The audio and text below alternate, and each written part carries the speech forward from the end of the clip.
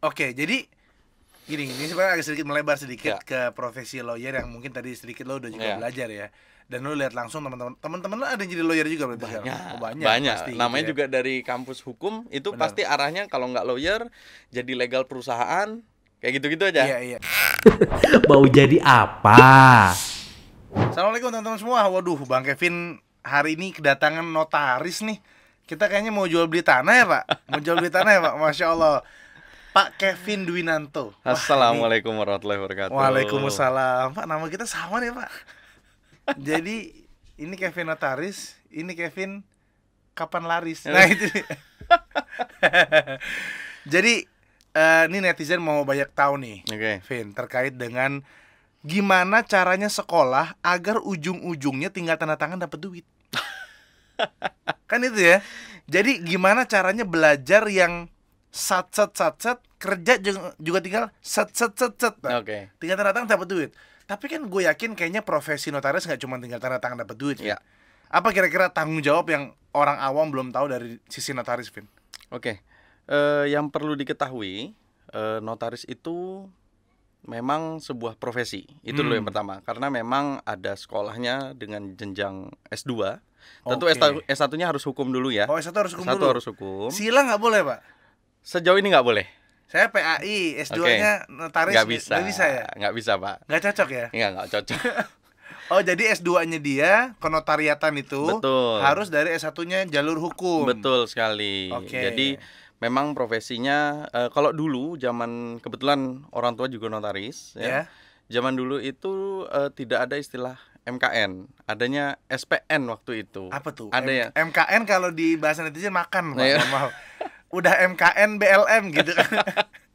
Oke, jadi kalau MKN itu kan Magister Kenotariatan. Oh, Masya Allah. Kalau SPN itu spesialis notariat.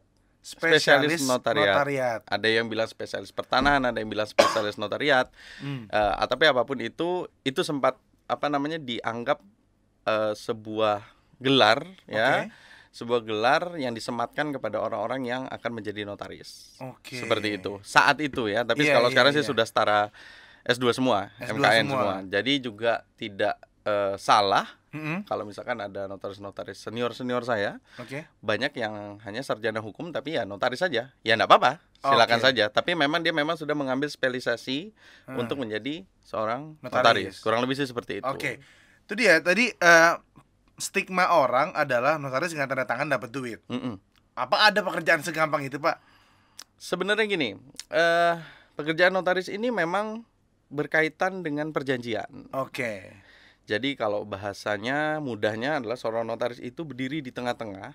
Ada dua orang datang, dua atau lebih orang, mengungkapkan maksudnya kepada kami. Pak, kami mau melakukan, saya sebagai seorang penjual akan menjual tanah saya kepada si Bapak A ini sebagai pembeli. Oke. Tentu kalau kita kembangkan secara profesi, kadang orang suka salah bahwa berkaitan tanah itu sebenarnya bukan sama notaris ngomongnya, tapi sama PPAT. Nah, PPAT itu apa? Pejabat pembuat akte tanah. Notaris juga kan? Belum tentu. Oh, Tidak semua notaris PPAT, tidak semua PPAT notaris. jadi dua hal yang berbeda. Dua hal yang berbeda dengan kewenangan yang berbeda. Kalau kalau lo berarti lebih ke Sama, di dalam diri mostly teman-teman saya itu dalam dirinya ada dua jabatan, sebagai Oke. notaris dan sebagai PPAT. Sekolahnya sama, tapi kementerian yang mengangkat kami itu dua hal yang berbeda. Yang kalau untuk notaris yang angkat Kementerian Hukum dan HAM, Oke. kalau untuk PPAT yang angkat Kementerian ATR BPN namanya. ATR BPN. Agraria Tata Ruang Badan Pertanahan Nasional. Ternyata segitu awamnya saya sama ilmu Ya. ini ya. Masya Allah, Masya Allah. Menarik nih, Vin. Jadi berarti memang ilmunya itu nampaknya tidak begitu mudah untuk dipelajari. Betul atau enggak? Kalau dibilang nggak begitu mudah, karena gini, peluru kami Ya. dipersiapkan untuk perang sebagai seorang notaris. Oke. Itu sebenarnya sama. Oke. Teman-teman saya menyebutnya ALB, kami menyebutnya anggota luar biasa, itu untuk yang belum jadi notaris tapi sudah MKN. Oke. Jadi dia masih anggota luar biasa dulu, kemudian jadi anggota biasa lah, kurang lebih gitulah ininya. Apa namanya? tingkatannya. Panggilannya ya. Iya. Peluru kami dari masih ALB sampai sudah jadi notaris sebenarnya pelajarannya sama. Dari Sabang sampai Merauke pasti notaris punya standar prosedur yang sama. Sekarang kami bagaimana cara menjalankan jabatan kami mengikuti prosedur itu. Itu Oke, saja. Oke. Gitu. Oke, pelan-pelan kita akan bahas satu-satu nih Oke, terkait oke. dengan ini kan podcast pendidikan, soalnya. Oke, bukan siap. podcast bisnis, bukan kita tidak berusaha memberikan solusi terhadap apapun. Ini bukan podcast kasih solusi dong. Ini aja udah beda, Udah tidak beda ya, hitam. brandingnya lain ya. Tidak. Apakah ini harus saya copot juga? Hah? Apakah ini masih begitu Pak? Jadi takutnya pas sudah tayang nih video, teman-teman lo di kantor nanti bilang, wah Pak Kevin masuk kasih solusi. Bukan. Kalau ada yang gitu kita kasih somasi bareng. Oke. Kita kasih somasi, bukan kita kasih solusi. Oke. Gimana? Vin. Jadi lo orang Lombok ya? Iya dong. Purely tidak. Masa sih? Ya, orang tua gue itu ibu gue tuh lahirnya orang Pontianak. Oh, Pontianak. Bapak gue itu adalah keluarga Jawa, yang keluarga besarnya itu sudah pindah ke Lombok. Jadi memang kalau lu tanya mengenai ada Jawa, gue nggak paham. Iya. Lu tanya ada Lombok, gue nggak paham. Loh, Karena keluarga gue bukan orang Lombok. tapi tinggal di Lombok lama dong? Oh iya, makanya kalau gue ditanya sama orang, daripada gue ribet jelasin Iya. gue bilang gue orang Lombok. Karena itu satu-satunya daerah yang bisa gue jelasin secara detail Oke. semua isinya. Oke, Lombok dulu dikenal dengan kota 1000 masjid, benar? Oke, betul. Benar nggak sih? Betul. Ya, julukan itu kan? Betul. Kenapa sekarang 1000 bikini dong? Kenapa? Jadi memang Ada pergeseran. ada pergeseran tentunya, Vin. Karena apa? Karena dulu Lombok sangat diidentikan dengan Bali. Masa sih? Iya, Bukan karena kan sebelahan. Lombok tuh lebih ke kota santri gitu-gitu dong. Bukan. Jadi gini, kemajuan itu seakan-akan stop sampai di Pulau Bali saat itu Oh, ya. iya. Saat itu. Saya merasakan sendiri. dibandingkan. Ya, jadi seakan-akan stop di Bali, kemudian tidak berlanjut ke perkembangan di Lombok, Lombok. Seperti iya. itu. Nah, perkembangan di Lombok itu kurang lebih baru terasa 10 sampai 15 tahun terakhir ini. Baru berasa dia mulai naik-naik, kemudian mall mulai ada dan sebagainya. Nah, artinya dengan zaman dulu saja kita kan tidak punya sistem informasi sebaik sekarang. Ya. Berita di mana atau perkembangan fashion, perkembangan gadget, perkembangan apapun artinya di kota-kota besar tuh agak lambat sampai ke sana. Dan semakin kesini kan semakin mudah ya, ada belanja online ya. Oke, berarti Ada- Lombok udah hidup sekarang nih. Betul, ada platform belanja online. Boleh Iya. sebut merek nih? Boleh dong, boleh. Siapa tahu masuk sini. Toko Edi, Iya. ya. Keranjang hijau, keranjang merah. Keranjang hijau, keranjang orange ya, itu. Masya Itu kan Allah. sudah memudahkan Iya. semuanya. Artinya pergeseran budaya, pergeseran Iya. segalanya itu sudah sampai ke sana seperti itu. Oke. Contoh kecil aja ya, contoh kecil. Kebetulan karena memang keluarga ibu waktu itu masih ada di Jakarta gitu ya. Jadi pada saat saya masih level sekolah SMP, Iya. SMA itu masih sering main ke Jakarta gitu ya. Iya. Saya itu kalau datang ke sini kan suka belanja ke Matahari itu kan. Mm-mm. Tempat apa namanya jual pakaian dan sebagainya itu. Iya. Kalau belanja di situ ada satu merek, saya nggak usah sebut lah mereknya, Oke. cukup affordable lah buat anak SMA gitu ya. Oke. Di sini mungkin biasa aja, begitu saya bawa ke Lombok agak luar biasa sih punya Oh, baju gitu. seperti itu. Oh, gitu. Tapi artinya Snoopy ya, Snoopy. bukan. Mereknya itu Cubitus. saya lupa, Super T. Oh. Super T. Ingat saya ya, ingat Oke, saya. oke. Dan apa namanya cukup bagus gitu loh, maksudnya punya baju itu di sana. Tapi itu dulu ya. Itu Iya. saya disclaimer dulu. Saya waktu itu tahun 96 mulai sekolah, artinya mulai mengenyam pendidikan SD dan sebagainya itu berlanjut itu mulai dari 96. Artinya saya di tahun itu ya sistem informasi masih seperti itu dan keadaan di Lombok itu ya masih begitu aja gitu Oke. lah ya. Nah, Tentu sekarang- kalau dibandingin sekarang tentu jauh sekali. Oke, berarti lo tumbuh kembang di Nusa Tenggara Barat, Betul, di Lombok ya. betul sekali. Tapi NTB nggak cuma Lombok kan? Ada Pulau Lombok dan Pulau Sumbawa. Pulau Sumbawa. Iya. Gili Trawangan itu di Lombok. Gili Trawangan masuk Lombok, dulu masih masuk Lombok Barat, sekarang semenjak 2008 kalau saya nggak salah, mungkin bisa tulis di komen, dikoreksi saya kalau misalkan salah. Semenjak 2008 dia masuk ke Lombok Utara. Oke, jadi Gili Trawangan tadi berarti di Lombok apa? Iya, di Lombok Kota Utara. Lombok, kan? Lombok Utara sekarang Iya. ya. Mm-mm. Kita perlu bikin trip ke Lombok nih guys, Masya Allah. Ya. Berarti sekolah di Lombok, Betul. TK, SD sampai usia berapa hijrah ke Jakarta? Pak? Sampai SMA. Jadi lahir TK, SD, SMP, SMA di Lombok semua. Oh, bahasa Lombok lancar Anda berarti. Tidak. Masa sih? Saya cuman paham tapi tidak bisa ucapkan. Tapi ngerti ada orang Lombok. Ngerti. Insya Allah ngerti. Berembe kabar. Nah, ngerti itu. kita mutawif di Mekah orang Lombok semua, Oke. Bang. Orang Lombok semua. Iya Masya Allah. Terus kemudian SD, SMP ini sudah terpikirkah dari awal saya jadi notaris? Belum. Jadi situasinya begini saat itu ya, Vin, Iya. saat itu. Jadi keluar bokap kan kontraktor. Oke. Tahun 98 tuh kan saat terjadi krisis besar-besaran di Indonesia. Mungkin ada beberapa teman juga yang nonton ini tahu bahwa saat itu bisnis kontraktor juga kolaps. Gitu. Banyak kolapsnya. Iya.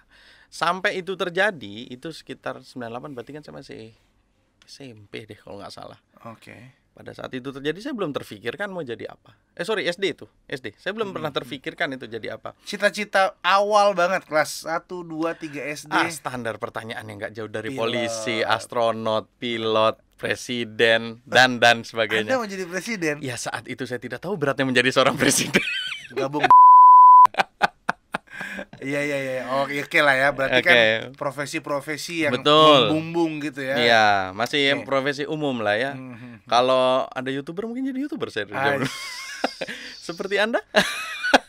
Video Anda sudah ada hapus belum? Nah, Ada di YouTube videonya. Lagi akustikan. masa lalu lah. Iya.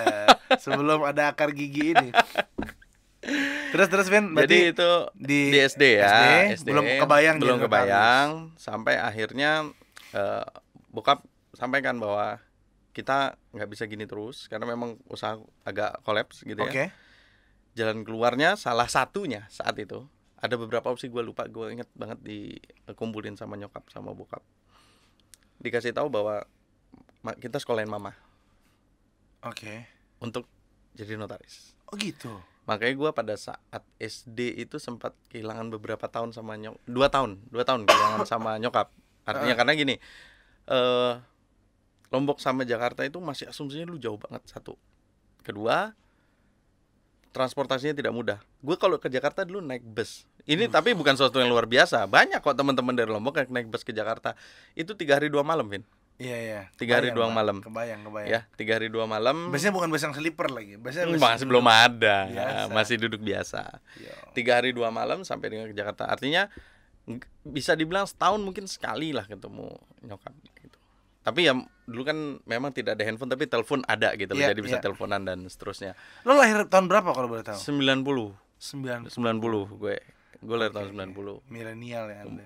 Apa yang maksudnya? Z? Nggak ngerti juga saya. Milenial ya. XYZ?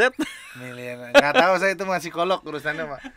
Oke. Terus kemudian asli itu Sudah jadi nyokap sekolah jadi notaris nih. notaris. Menarik ya. Nah, begitu jadi notaris, beliau kerja kan. Akhirnya sudah dan jadi notaris itu banyak stepnya, Vin. Nggak bisa langsung lulus jadi notaris. Jangan dipikir bahwa jadi notaris itu sekarang informasi sudah banyak ya. Dulu orang pikir selesai lulus langsung jadi notaris. Enggak. Harus magang dulu 1 tahun Di kantor notaris orang. di kantor notaris orang. Kemudian dari situ nanti akan ngajukan lagi ke kementerian, ngantri dan sebagainya. Cuman ini prediksi kami di keluarga ya. Pada saat nyokap lulus tahun 2000 kurang lebih langsung lakukan magang. Berarti 2001 kurang lebih ya, 2001. Langsung mengajukan untuk di Lombok saat itu. Oke. Bisa tuh. Bisa karena tidak ada yang mengajukan, orang habis krisis. Lombok itu kan kekuatannya pariwisata Dari dulu. Atau baru sekarang aja? dari dulu. Justru karena kejadian krisis saat itu banyak investor asing kabur. Mereka tidak mau lagi ada di Indonesia gitu loh. Nah, Iya.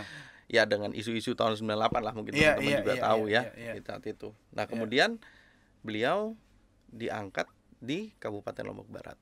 Karena notaris itu ini sambil selip-selip ya. Artinya gua harus jelaskan bahwa notaris itu bukan seluruh Indonesia. Kita punya tempat kedudukan, tergantung kota kabupaten kayak gitu. Berarti kalau lo sekarang notaris di daerah wilayah Tambun, Gua Karawang, Kabupaten Karawang. Kabupaten Karawang dan sekitarnya itu ada problem di Jakarta, lo nggak bisa bantu? Itu teknis pertanyaannya. Jadi gini, notaris itu terkait dengan tempat penandatanganan juga, Vin. Justru kalau untuk tanda tangan di Karawang untuk perusahaan di Jakarta ya tidak ada masalah. Oh gitu. Nggak ada masalah. Berarti kalau mau jadi apa, jadi sebuah PT ya kan? Hah? Saya ke Karawang dulu. Boleh. Tanda Nah, tangan di situ. jabatannya boleh seluruh, tempat kedudukan cuma satu, kota atau kabupaten, wilayah jabatannya seluruh provinsi. Jadi kalau misalkan lu mau ketemu gue, Vin, ketemuannya di puncak ya tanda tangannya, ya boleh, nggak apa-apa. Oh, Itu kan masih gitu. Jawa Barat, Masih Jawa nggak Barat, Barat. nggak apa-apa. Vin, Nggak Vin apa-apa. tanda tangan di Makassar nggak bisa? Nggak bisa, udah melanggar itu. Jauh banget, jauh banget. Oke, terus momen apa yang membuat lo akhirnya gue jadi notaris deh? Karena nyokap gue selalu punya waktu buat gue sesibuk apapun. Karena apa? Karena begitu jadi notaris kan jadi yang punya kantor, Vin. Dia bisa atur. Jadi gue nggak pernah merasa bahwa stigma di masyarakat dulu ya, mungkin ada juga nih, gue juga bisa salah, tapi yang kita tahu umumnya kalau seorang perempuan bekerja, keluarganya kadang-kadang suka terbengkalai. Tapi tidak seperti yang apa yang saya rasakan. Karena mungkin situasinya alhamdulillah qadarullah, ibu jadi notaris yang punya kantor sendiri, yang bisa ngatur kapan mau ke kantor, kapan harus kerja di rumah mungkin dan sebagainya. Mungkin hari ini tidak kantor tapi ngurus ambil rapot anaknya, yang kayak gitu-gitulah. Itu tuh bisa dilakukan, sefleksibel itu. Sehingga gue melihat enak juga ya, bilang kayak gitu, enak juga ya gitu ya. Tapi influencer juga gitu loh, Pak. Kenapa? Bisa punya waktu yang bebas tanda kutip. Meskipun tengah malam juga harus mesti kerja ngedit. Ente belum rame. Kalau udah rame, ente aja nggak bisa jemput gue tadi di bawah. Nggak bisa. Lift rusak, Pak. Liftnya rusak, mohon maaf. Iya. Jadi seperti itulah. Jadi kalau dibilang role model, ya ibu. Saya mengambil role modelnya ibu gitu. Dan tidak punya bayangan seperti apapun pekerjaannya itu, tanggung jawabnya seperti apa. Memang kita kalau orang awam memang lihatnya cuma tanda tangan kemudian dapat penghasilan, tanda tangan dapat penghasilan, tapi ada tanggung jawab. Ada arahan dari guru-guru nggak, dari SMA, SMP mungkin Kevin? Nggak ada. Tidak ada. Guru selama ini menganggap seorang Kevin Dwinanto nih akan jadi apa kira-kira? Apakah mungkin jadi pemain band? Karena Anda suka akustikan. Jadi masa SMA itu keisinya sama ngeband sana ngeband sini, ngeband sana ngeband sini. Iya, terus kemudian pindah ke Jakarta dan kuliah di Trisakti. Betul, kuliah di Trisakti. Nah ini, jadi kita akan fokus kepada sekolah atau pendidikannya Kevin ini dalam dunia kenotariatan tadi ya. Diawali dengan hukum tentunya ya. Kuliah hukum. Kuliah hukum. Anda kan bukan orang Batak, Pak. Apakah Trisakti hukum itu didominasi oleh Napitupulu, Kuta Barat, Tampu Bolon, apa gimana? Jadi kalau stigma bahwa anak kuliah hukum tuh majority dari Sumatera Utara, gitu ya, teman-teman kita, sahabat-sahabat kita dari Sumatera Utara. Jawabannya itu ada betulnya. Benar. Betul. Berarti sekelas hampir bukan banyak. Sekelas, kan tersebar di beberapa kelas. Kita bicara skup Anda nih, skup Trisakti. Kalau di Trisakti tentunya jawabannya banyak di angkatan saya tentunya waktu itu yang saya perhatikan ya, karena memang saya waktu itu kuliah di sana, memang banyak teman-teman dari Sumatera Utara. Memang banyak teman-teman dari Sumatera Utara yang mereka tuh kan memang biasa untuk melakukan public speaking. Bukan. Kan jago debatnya gitu kadang-kadang. Kalau jago debat memang harus saya akui gitu ya. Dan tapi mereka juga memang berdebatnya juga sistematis. Sistematis. Jadi kalau misalnya apakah hukum itu sangat lekat dengan pasal? Ya tentu. Justru tentu itu pelurunya. Justru itu pelurunya. Peluru kami itu ada di situ. Gitu loh. Sama ya seperti kalau sekarang seorang ustadz menjelaskan sesuatu ada hukumnya, tentu ada dasarnya. Benar, referensi. Bukan referensi. Kalau referensi itu kan artinya seseorang itu mendasari dalilnya pada itu, gitu ya. Sedangkan kalau di hukum itu pasalnya itu benar-benar sebagai alat perangnya. Jadi kalau misalkan saya mau menyalahkan seseorang mencuri, harus cari pasalnya dulu. Dia kok HP, misalnya gitu ya, kita cari pasal berapa dia kena, gitu. Karena kita kan punya prinsip ya, asas praduga tidak bersalah itu. Betul. Berarti benar kata orang-orang, lo kuliah hukum ngapain pasal-pasal lo? Benar. Jadi gini, tentu juga ahli hukum, makanya disebut ahli hukum itu tidak secara global dia mengetahui semua hukum. Undang-undang setahu itu dia karena tentu tidak hafal seluruhnya. Betul. Karena kan kita hidup dan Indonesia ini negara hukum dan kita hidup pakai hukum. Betul. Contoh, kenapa tiap bulan bayar listrik? Karena ada hukum yang mengatur itu. Gitu ya. Jadi Oke. memang semua kita negara hukum. Kenapa ketika kita melakukan pembelian, Ya. kita harus lakukan pembayaran? Karena ada hukum yang mengatur tentang itu. Oke. Gitu ya. Bahkan ada aset-aset yang nggak kelihatan. Apa aset yang nggak kelihatan? Contoh saham. Saham kelihatan nggak? Enggak. Kalau zaman dulu masih, Pak, pakai lembaran. Oh, lembaran-lembaran. Beli berapa lot dan sebagainya. Iya, iya. Kalau sekarang biasanya cuma tercatat secara digital, tapi Ah. dilindungi dengan hukum. Oke. Bahkan sekarang aja kan orang-orang mudah melaporkan, mensomasi orang lain atau Iya. melaporkan orang lain terhadap, ini pasal paling pamungkas nih, namanya perbuatan tidak menyenangkan. Itu dia. Tidak menyenangkan tuh. Tidak kalau- menyenangkan itu kan alat ukurnya, takarannya, iya. tolak ukurnya tidak Tidak jelas. jelas. Betul. Nah, tapi itu makanya di hukum itu profesi yang paling terkenal biasanya orang taunya itu pengacara. Makanya kita Iya. kalau ada terucap seorang pengacara hebat misalnya gitu, itu dia jago sekali meramu peluru-peluru yang ada. Oke. Dari pasal yang sini dikaitkan ke sini, dari Oh, pasal iya, sini dikaitkan iya, ke sini, iya. dan itu memang sudah lumrah. Iya, Di iya. apa Pinter-pinter namanya, dia meramu tadi itu pinter-pinter kan. meramu saja. Jadi Pinter-pinter pengacara meramu. yang hebat itu bukan pengacara yang hafal banyak, tapi justru Iya. dia paham ini bisa dikaitkan Betul. sehingga menjadi pembelaan terhadap Betul. kliennya tadi gitu ya. Betul. Oke, berarti lu kan nggak tahu nih. Di kuliah hukum itu katanya ada pidana, ada perdata. Betul. Apakah itu penjurusan atau mata kuliah yang harus diambil dua-duanya, Vin? Kalau secara umum ya Vin ya, itu memang kalau di tempat gue kebetulan di kampus gue di Trisakti itu ada gue lupa istilahnya, tapi kita bilang PK1, PK2, PK3, PK4 ini yang kuliah di Trisakti pasti tahu deh. Anak Trisakti, Ya. anak revolusi. Jadi ada PK agraria, Ah, ada PK perdata, ah. ada PK pidana, ada hukum internasional, ada hubungan internasional dan sebagainya. Jadi kalau dibilang penjurusan secara Iya. khusus enggak juga, karena gue misalkan gue ambil agraria, tapi Oh. SKS-nya sedikit waktu itu, ingat gue zaman gue. Untuk bisa memenuhi itu ya gue ambil hukum internasional misalnya. Oke. Bahkan gue ambil kedokteran forensik. Zaman gue kuliah di Trisakti itu masih ada almarhum Dr. Munim, terkenal sekali dokter forensik di Indonesia. Gue ambil kelasnya dia untuk memenuhi kuota. Tapi artinya apa? Kalau tadi pertanyaan lu adalah kalau misalkan itu penjurusan, artinya kan dia ilmunya itu Iya, saja. baku. Enggak. Justru malah semakin ke dunia kerja, Iya. apalagi di profesi saya, Iya. gitu ya. Gue semakin harus bisa semua hukum. Iya. Karena jangan sampai gue disalahkan. Hah. Jangan sampai ada salah langkah, salah advice, salah pembuatan akte dan sebagainya, itu Benar. jadi fatal. Benar. Nah, untuk itu kehati-hatian memang yang diperlukan di sini. Oke. Seperti itu. Kenapa lo nggak milih jadi pengacara dan lebih milih jadi notaris? Gua Alasan dasarnya, Vin? simpelnya dulu ya, zaman Iya. dulu simpelnya adalah kayak mau main aman aja gitu loh, Vin. Oke. Karena Oke. paradigma zaman dulu, Ah. ini Zaman disclaimer dulu lagi lo ya. kuliah tahun berapa nih? Tahun 2008. 2008 udah mau masuk Udah kuliah. udah mulai masuk kuliah. Oke. Karena kalau gue pribadi, ini jawaban pribadi saya, kalau misalnya ngeliat lawyer, kadang suka keras-kerasan di pengadilan dan sebagainya. Saya merasa saya nggak punya kemampuan untuk itu. Oh gitu. Oh lu pernah lihat langsung tuh ada Karena- lawyer deng berdebat. Jangankan lihat langsung, kalau di Trisakti itu ada peradilan semu namanya. Peradilan semu itu artinya kita memang bikin seakan-akan ini terdakwa, ini itu dan Oke. sebagainya. Ya, memang lahiriahnya sarjana hukum, majority yang gue lihat mempertahankan pendapat. Oke. Jadi dia punya prinsip, dia punya pendirian, dia punya cara, dia punya peluru-peluru tadi, itu Iya. dia akan bela habis-habisan Pertahankan. untuk dipertahankan.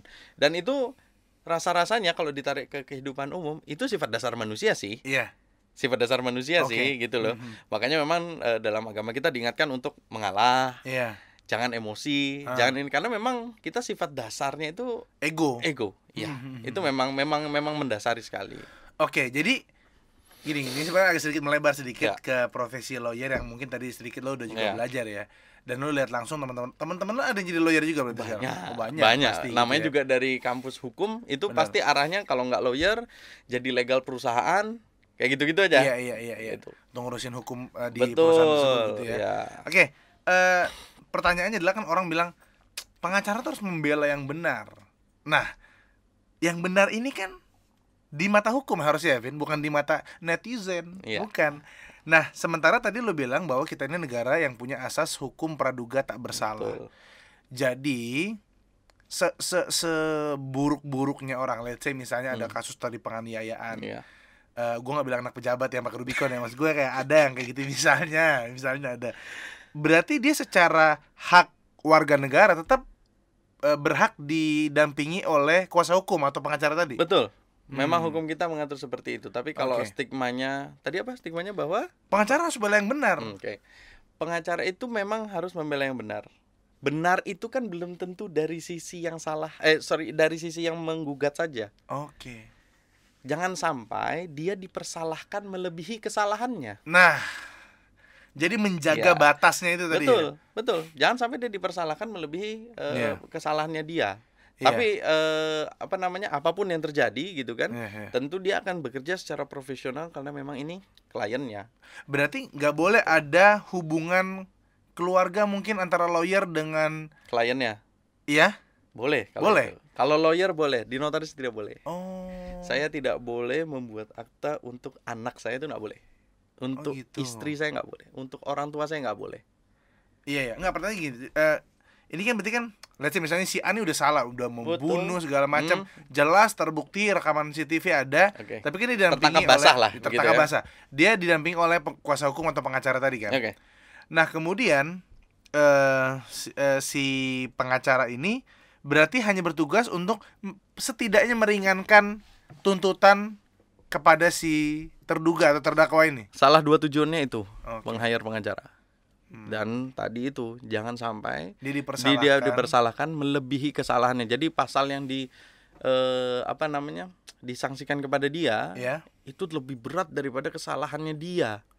Dan memang kan kalau ini kan kita belajar hukum ya dulu ya. Jadi hakim itu kenapa sih semua itu berakhir di pengadilan? Gitu. Katanya saja itu namanya kan pengadilan. Tempat mencari keadilan lah gitu ya. Betul. Tentu maka bapak-bapak, ibu-ibu hakim yang menjadi hakim di pengadilan itu kan tidak hanya berdasarkan tadi peluru-peluru itu. Kalau hakim itu memang dia ada rasa yang masuk ke sana. Pernah dengar ada yang berkelakuan baik kemudian diturunkan hukumannya? Iya, pernah. Gara-gara sopan. Iya. Berkelakuan baik itu kan tidak ada takarnya, apakah permisi subjektif waktu aja. Subjektif. Tapi itulah rasa yang ada di pekerjaan. Ya dengan membantu proses pengadilan mungkin dia rasa ini mempermudah saya dan orangnya fair segala macam gitu-gitu ya. Nah kalau tadi mau jadi hakim, jadi jaksa, jadi jaksa tuh pekerjaan nggak sih? Pekerjaan profesi itu. Iya, menjadi hakim lah, katakan jadi hakim. Kuliahnya hukum juga? Sama, semuanya hukum. Nantinya S2-nya baru beda. Jadi situasinya belajar hukumnya hakim itu kan nanti juga ada punya keahlian khususnya, walaupun tidak dikelompokkan secara khusus. Jadi S1-nya hukum sama, rata. S2-nya baru kepecah nih, notariat, lawyer, ada hakim ahli ekonomi. Ada hakim ahli ekonomi Islam. Ada hakim ahli pidana misalnya hakim gitu. Ekonomi Islam berarti di KUA dia kerjanya? Di pengadilan agama. Karena pengadilan ada dua, ada pengadilan negeri, ada pengadilan agama. Contoh nih, contoh aja. Ada hakim yang memang dia sangat concern tentang terorisme misalnya. Ada, jadi memang walaupun tidak, ini hakim untuk terus apa? Enggak, secara umum kami sama. Para hakim sama. Para hakim sama, gitu ya. Cuman penghususannya itu ya tentu dengan keilmuannya masing-masing. Tapi ya tidak terus secara yuridis tertulis bahwa dia hakim ini, tidak. Nah kalau terdakwa si fulan hakim saudaranya itu nggak boleh berarti ya? Hakimnya saudaranya dia nggak boleh ya? Yang gue tahu sih kayak gitu. Gue sih nggak gitu paham mengenai kode etik hakim ya. Tapi dari gue ngambil contoh terkecil aja tadi yang gue cerita. Gue tidak boleh membuat akte untuk anak gue, emak gue, nggak boleh tuh. Atas bawah nggak bisa. Betul, ibu nggak bisa. Ke samping saudara kandung saya nggak boleh. Ipar nggak boleh. Tapi kalau ipar punya istri punya sepupu boleh. Karena ada batasannya sampai 3 derajat. Iya. Nah tapi artinya kalau tadi pertanyaannya kembali kepada hakim boleh tidak seperti itu, saya sih nggak tahu jawaban pastinya. Tapi kalau dari profesi saya saja, saya tidak boleh berpihak. Berpihak.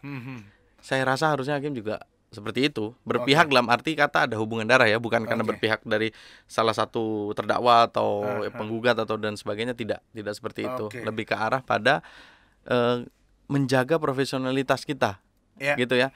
Tentu di Islam pun kita diajarkan kan, tidak boleh kan saksi itu juga sembarangan gitu loh. Karena Iya. dia pasti akan saling bela kalau misalkan dia Benar, bersaksi untuk saudaranya atau apa.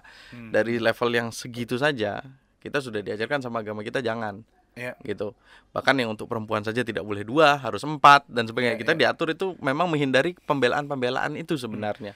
Kuliah hukum tuh ada kaitannya dengan, gua nggak tahu, negara kita tuh mengambil hukum Islam sebagai acuan nggak sih, Pak? Nah, hukum Islam itu kan dibilang negara kita bukan bukan negara Islam, gue juga salah bilangnya. Iya, karena iya. jelas Kita di Indonesia menerapkan, menikah hukum pakai Islam. cara Azan Islam, dikumandangkan, azan, puasa dibolehkan, haji haji diberangkatkan dan sebagainya gitu ya. Tapi kalau misalkan ditanya apakah Islam adalah hukum positif di Indonesia. Istilah kita tuh orang hukum tuh biasanya hukum positif. Oke. Hukum positif itu adalah hukum yang berlaku memang di negara itu. Ya. Ya, contoh kalau hukum perdata tuh ada kitab undang-undang hukum perdata, gitu ya. Itu hukum positif. Jadi memang saya kalaupun lakukan pekerjaan, acuannya yaitu, Ya. jangan saya membuat kesalahan karena acuannya salah, Oke. gitu kan? Nah, hukum Acuannya Islam? ya, hukum Islam pun begitu. Hukum Islam pun di Indonesia tuh hukum positif, Oke. gitu ya. Jadi salah satu alat ukur atau alat timbang. Betul. Betul, bukan salah satu, memang itu harusnya jadi acuan utama. Oh, iya. Itu dulu yang pertama. Cuman kan memang penerapannya di Indonesia ini kan banyak hukum kenegaraan yang sudah dibuat. Betul. Gitu kan. Ya itulah hukum positif KUHP Iya, dan tentu sebagainya. kalau ini urusannya tadi misal mungkin masalah warisan, masalah Ya. zakat secara nasional. Warisan itu kan memang akhirnya orang merujuk jadi gini. Sekarang banyak orang yang sudah kenal sunnah. Ya. Akhirnya begitu ada kerabat yang meninggal, kita bagi secara Islam. Biasanya ada keluarga-keluarga yang kayak begitu tuh. Dan itu kan bagus sekali gitu loh. Bagus sekali. Artinya diakui. Iya. Ini ya. Dan legal dalam Iya. negara kita gitu ya. Jadi kalau misalkan secara penerapan secara penuh mungkin memang belum. Gitu ya. Mungkin memang belum. Iya. Tetapi kalau penerapan secara pengakuan di masyarakat tentunya iya. Oke. Karena nyata kok kita memang semua perusahaan menerapkan jam 12 siang itu istirahat. Istilahnya kita kan isomah. Iya. Istirahat, sholat, makan. Sholatnya diakui. Artinya memang Islam itu hukum positif. Diberikan waktu, diberikan hak. haknya, ya, benar-benar. Jadi memang berlaku. Oke, Masya Allah, menarik ya teman-teman ya. Ini kita saya sebagai orang yang awam hukum nih, Masya Allah, apalagi kita tapi nggak bahas pajak-pajak di sini, benar ya. Tapi lu ngurusin pajak juga, Vin? Bersinggungan sedikit iya. Oke, lo ngebantu beberapa perusahaan untuk Ya. mengatur pembayaran pajaknya gitu ya. Iya, gue senang bahasa membantu itu karena dikira kami ini Tugasnya adalah tugasnya bayar pajak. Oke. Karena kami tugasnya bantu karena Oke. apalagi kalau mungkin karena dulu itu Vin belum ada m-banking. Mm-mm. Ya, orang tuh masih ngantri dan sebagainya. Kadang-kadang Iya. udah sekalian sama notarisnya gitu dan sebagainya. Tapi sebenarnya nggak perlu seperti itu. Kalau zaman sekarang ya, artinya misalkan mau bayar, gue paling berdekatan tuh dengan 2 jenis pajak. Satu pajak negara itu namanya PPH, pajak penghasilan. Yang satu lagi BPHTB. BPHTB itu pajak untuk orang kalau beli aset. Oke. Nah, 2 pajak ini selama nomor bayarnya ada ya sebenarnya si klien bisa bayar di mana aja. Oke. Laporannya? Laporan pajak itu urusan masing-masing. Karena gini, kan pajak itu wajib pajak. Iya. Wajib pajaknya dalam transaksi ini bukan saya. Oh. Orang yang melakukan transaksi, si penjual sama si pembeli. Itu dia arahnya. Ya, tapi oke lah. Mudah-mudahan nanti bisa. Gue jujur gue perlu banget paham tentang masalah perpajakan ini, dan beberapa hal masih ada yang ganjel kayak misalnya gue nggak tahu apakah semua orang ngerti tentang neraca laba rugi yang harus dia hitung sendiri, atau kan memang ada sekarang nggak usah gitu, Vin, lo tinggal datang ke sebuah lembaga jasa one stop service, di sini bisa jadi konsultan pajak perorangan. Ada nggak sih, Vin, kayak gitu lembaganya? Konsultan pajak perorangan itu memang sebuah profesi. Oke. Dan itu dia misalkan sarjana ekonomi gitu ya. Untuk menjadi akuntan dia sekolah lagi. Oke. Harus Dia sekolah bisa lagi. ngitungin pajak orang tuh. Sangat bisa. Dia yang bikin laporannya. Mereka itu tersertifikasi di kantor pajak. Oke. Jadi Tinggal datang aja. Ya, jadi kalau lapor pajak suka ditanya tuh ngitung sendiri apa sama konsultan. Oh gitu. Itu. Kalau Iya, temen gue juga ada tuh, dia sekolah berapa bulan untuk jadi akuntan pajak ya. akuntan. Itu sertifikasi. Jadi nggak bisa Luar sembarangan. biasa. Misalkan orang lulus sarjana ekonomi terus saya jadi akuntan deh. Nggak bisa. Sekarang kita masuk ke profesi lo nih, Oke. Vin, profesi notaris yang tadi lo bilang ternyata ada tanggung jawab setelah tanda tangan itu, Betul. gitu ya. Betul. Jadi, oke, sekarang kita coba kalau orang awam, apa keperluannya terhadap notaris? Apa aja yang notaris bisa bantu? Sangat banyak. Oke, contoh salah satunya. Karena justru gue akan bertanya balik keperluan Bapak datang ke sini apa. Saya mau beli tanah, Pak. Berarti Bapak bikinnya akte jual beli nantinya, endingnya. Tadi dia mau beli tanah. Oke. Berarti Ya, bisa bantu notaris? sangat bisa. Oke. Memang dasar untuk balik nama kita biasanya kalau sebut alat bukti untuk tanah atau sertifikat. Oke, sertifikat Ya. tanah. Dasar untuk bisa dibalik namanya itu ya memang dengan akte PPAT ya, saya harus sampaikan karena sekalian mengedukasi supaya orang Benar. tahu bahwa ada 2 jabatan dalam satu badan. Makanya kalau merhatiin di jalan Iya. ada pelang PPAT namanya notaris, ya. ada atas bawah tuh biasanya tuh. Iya, Atasnya benar. PPAT atau notaris dulu baru bawahnya PPAT itu. Namanya sama. Namanya sama karena memang di satu badan 2 Oke, profesi. dia berarti bisa membantu ketika Anda mau membeli sebidang tanah gitu ya. Betul. Rumah termasuk, Pak? Rumah itu kan tidak Properti. terpisah sama tanah. Iya. Jadi jawabannya iya. Meskipun itu dia properti. Iya. Oh, tanah juga properti Iya, ya, karena hitungannya? kalau kayak gitu kan berarti sudah lebih spesifik. Karena di Indonesia itu ada namanya dikenal dalam hukum tanahnya itu asas pemisahan horizontal. Tanahnya punya Kevin Kausar, Iya. bangunannya punya Kevin Dwinanto. Oh, gitu. Itu bisa. Bisa Itu kayak gitu, bisa, Pak? itu bisa terjadi. Oh, jadi tanahnya punya Pak Ji Firman, ayah Ya, saya. Rumahnya punya saya gitu bisa. bisa, Oh, sangat gitu. bisa, sangat bisa. Oke, berarti di detail di situ ya. Berarti Ya. detailnya ini tanah. Akte bikin PT perusahaan, Mm-mm. perizinan gitu-gitu segala macam bisa lo bantu berarti. Kalau untuk aktenya, Ya. itu memang kewenangan kami karena memang kami yang dikasih akses ke Kementerian Hukum dan HAM itu memang kami yang dikasih akses. Akte apa nih? Akte pendirian PT, Akte termasuk pendirian PT, perubahan-perubahannya, mau ganti direksi, mau Oke. ganti komisaris dan lain-lainnya lah seperti Iya. itu. Tapi kalau berkaitan dengan izin, itu memang bukan bagian dari pekerjaan kami secara tupoksi. Izin nih maksud gimana? Ya misalkan kalau zaman dulu tuh kenal ada SIUP, TDP, kayak Hmm. gitu-gitu, ya. Iya. Itu kan kalau diminta kami bantu untuk dikerjakan, tentu notaris yang sanggup melakukan itu silahkan saja, tidak ada Oke. masalah, tidak ada Oke. masalah, boleh-boleh aja. Iya. Tapi kalau ditanya apakah itu tupoksi, tidak. Tupoksi itu apa? Tugas pokoknya dari seorang notaris, Oh, tupoksi. ya, tugas pokok dan fungsi. Oh, gitu. Ya. Memang bangsa kita suka menyingkat-nyingkat. Suka menyingkat-nyingkat, guys. Suka menyingkat-nyingkat. Iya. Jadi tugas pokoknya ya tidak di situ. Sebenarnya dalam pembuatan akte sudah selesai, kemudian Oke. kami bantu laporkan ke kementerian, itu sudah selesai.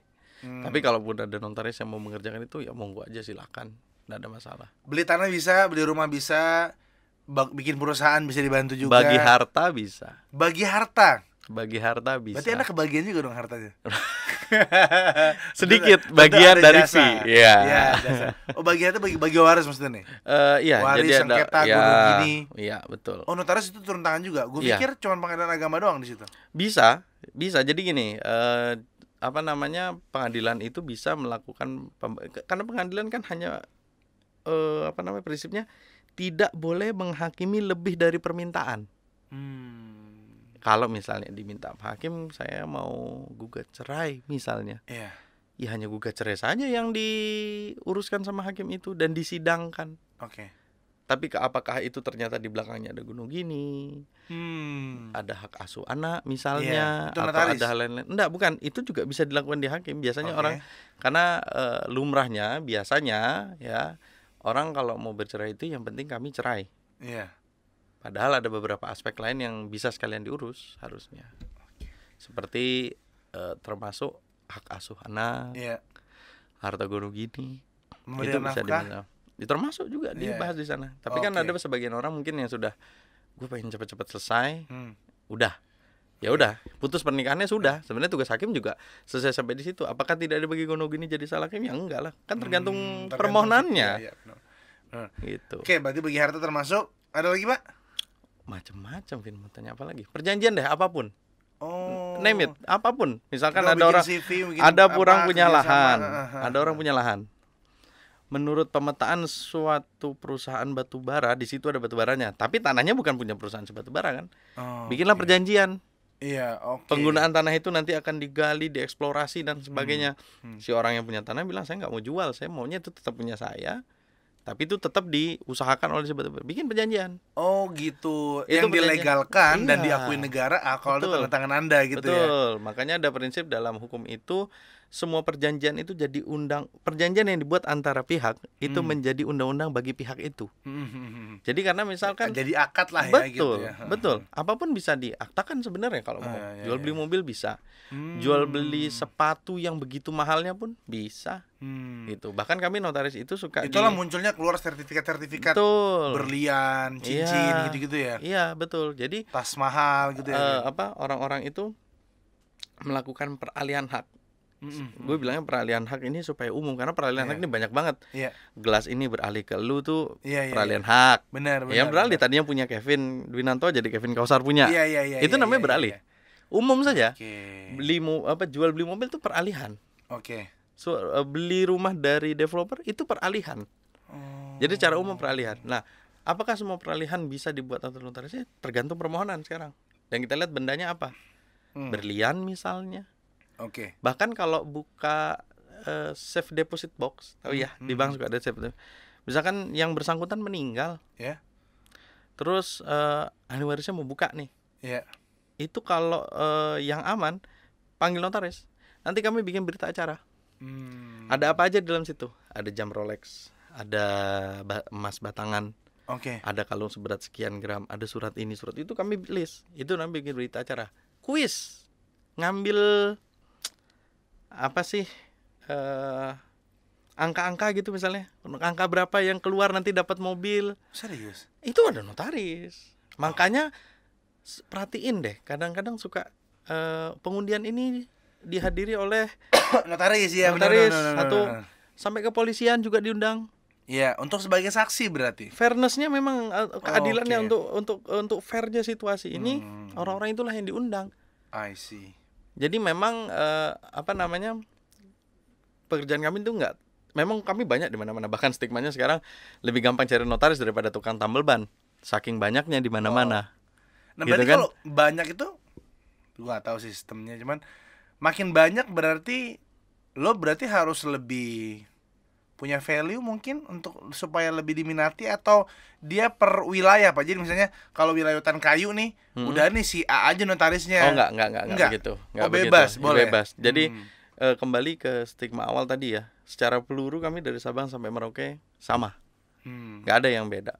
Kewenangan si Kevin boleh membuat akte, notaris A, notaris B, notaris C ya sama. Enggak ada bedanya. Kami semua sama, rekan seprofesi yang sangat sama gitu ya.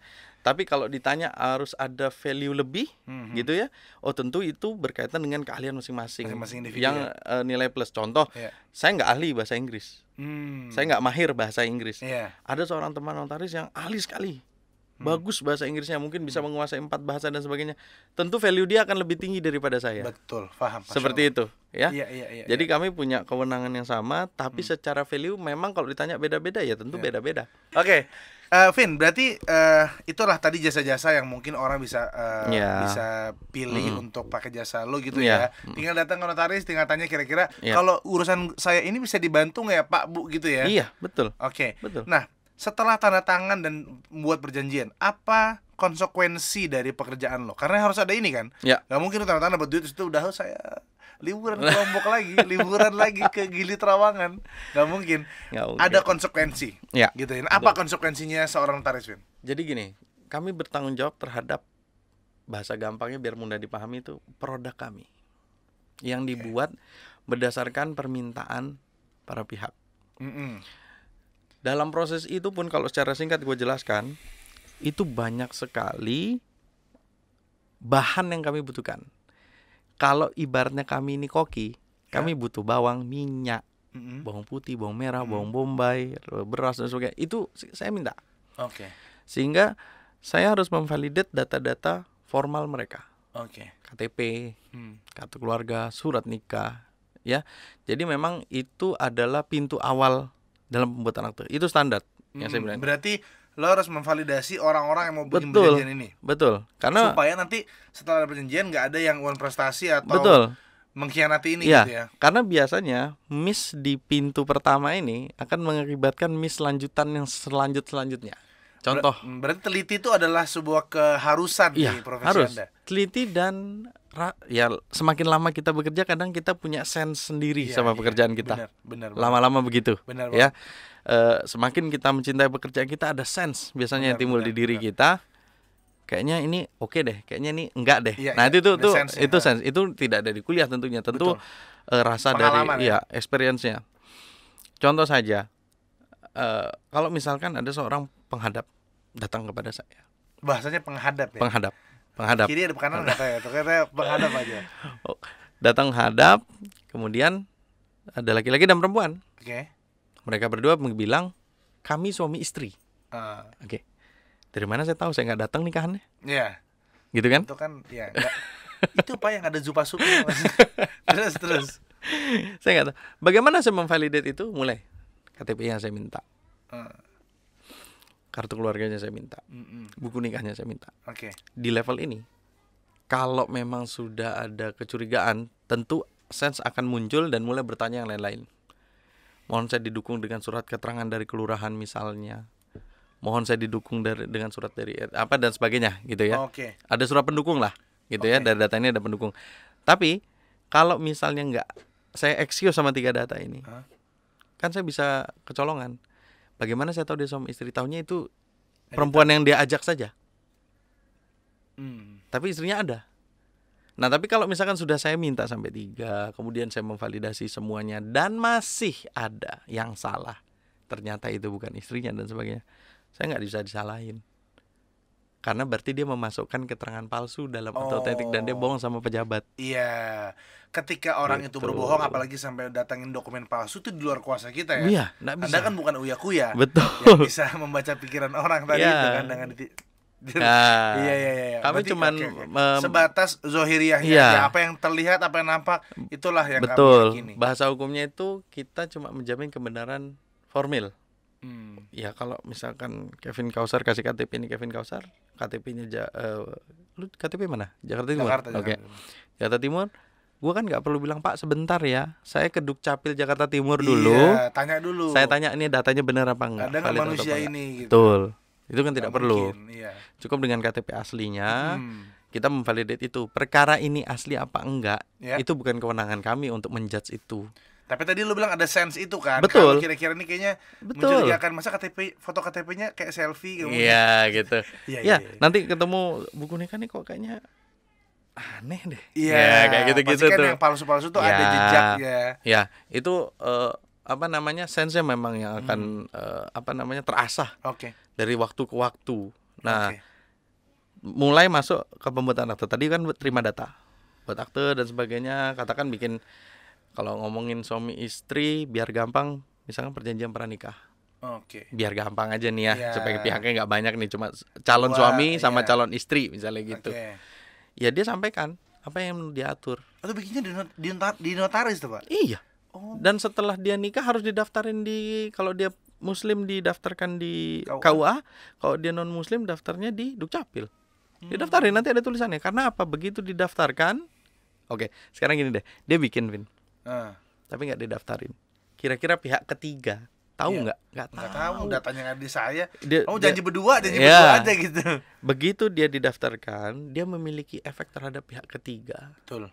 Ya, jadi asas publisitasnya atau publikasi terhadap perjanjian yang dibikin itu tercapai. Iya. Karena biasanya kalau misalkan dia bisa aja lagi hidup di Karawang ketemu sama saya. Hahaha. Dia sukses. Hmm. Dia ternyata tinggalnya di Surabaya. Notaris Surabaya tidak kenal saya. Tapi kalau misalkan dia nggak daftarin tadi perjanjian kawin itu dan Iya. muncul di surat nikahnya dia, Ah. notaris Surabaya kan nggak akan tahu bahwa pernah ada perjanjian kawin yang dibuat sebelumnya. Ngerti sih. Begitu dia dicatatkan di surat nikahnya, Ah. notaris Surabaya kan lihat, oh bapak ibu ada bikin perjanjian kawinnya sama Pak Kevin di Karawang. Iya. Saya boleh minta aktenya. Gitu. Oke. Baru dia terlepas apa kebutuhannya, Iya. tapi secara standar data-data itu akan mendukung tindakan-tindakan hukum selanjutnya. Oke. Seperti itu. Oke, Pak. Berarti gini. Udah boleh kebayang nih. Tadi kan pertanyaannya adalah apa konsekuensi dari Betul. seorang notaris? Oke, di 2 orang ternyata mungkin ada 1-2 nggak teliti, nggak diperiksa banget dokumennya. Ternyata satu waktu naudzubillah terjadi penzoliman. Pihak kedua mungkin dirugikan segala macam. Prestasi salah satu lah gitu ya. Gitu ya. Notaris akan dapat risiko apa? Jadi gini, nanti kan contoh mudah ya, contoh mudah. Jadi kalau perjanjian kawin itu terkait dengan pemisahan harta calon suami sama calon istri pada saat nanti kalau dia sudah menikah. Kemudian ternyata qadarullah si suami seorang debitur. Dia ada pinjam uang di lembaga keuangan misalnya gitu, ya. Dan dia kolaps. Tapi selama pernikahan asetnya dia dibelikan nama istrinya misalnya.